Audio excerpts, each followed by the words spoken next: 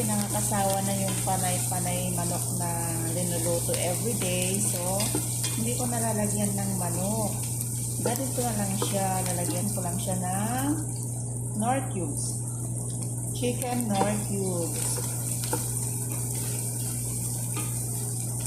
Then, okay na yung ating sibuyas. Lagay natin yung gulay.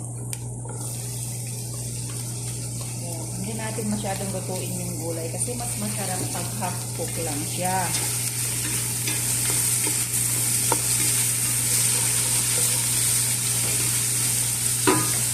Lagay ko itong Knorr cubes para maluto rin. Dalawang Knorr cubes tayo. Kasi half kilo yung ating nililisan. Lagay rin lang tayo ng black pepper. Black pepper to taste. And salt to taste. Konting salt lang. Baka maalat mamaya. Maglalagay pa tayo ng toyo.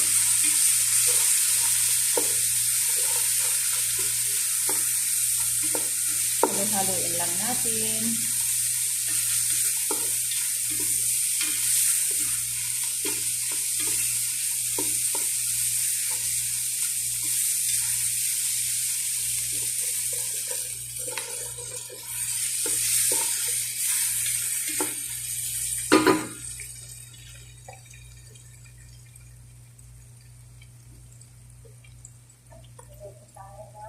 Konting soya sauce. Wala po akong bayad na soya sauce. Konti lang. May gulay lang. And then oyster sauce, pampalasa rin. Kahit konti lang guys, lagay. Okay na yan. Halo.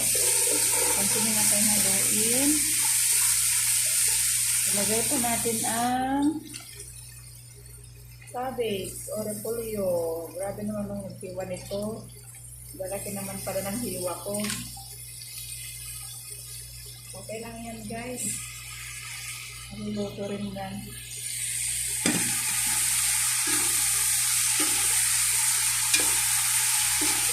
Okay na magagawa ko.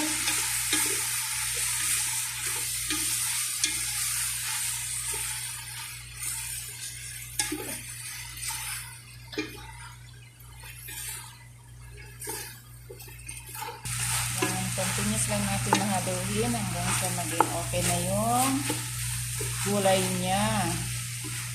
And then, saka natin ito ilalagay ang bihon. So, ilagay natin yung bihon. Oh, ang dami pala. Marami. Halo-halo natin hanggang sa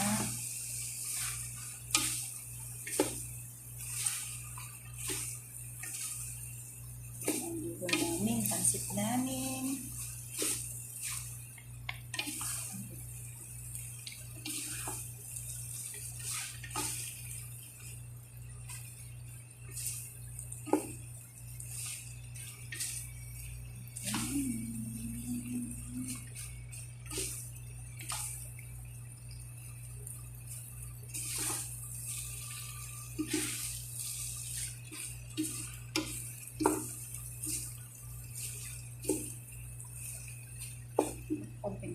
Tama na.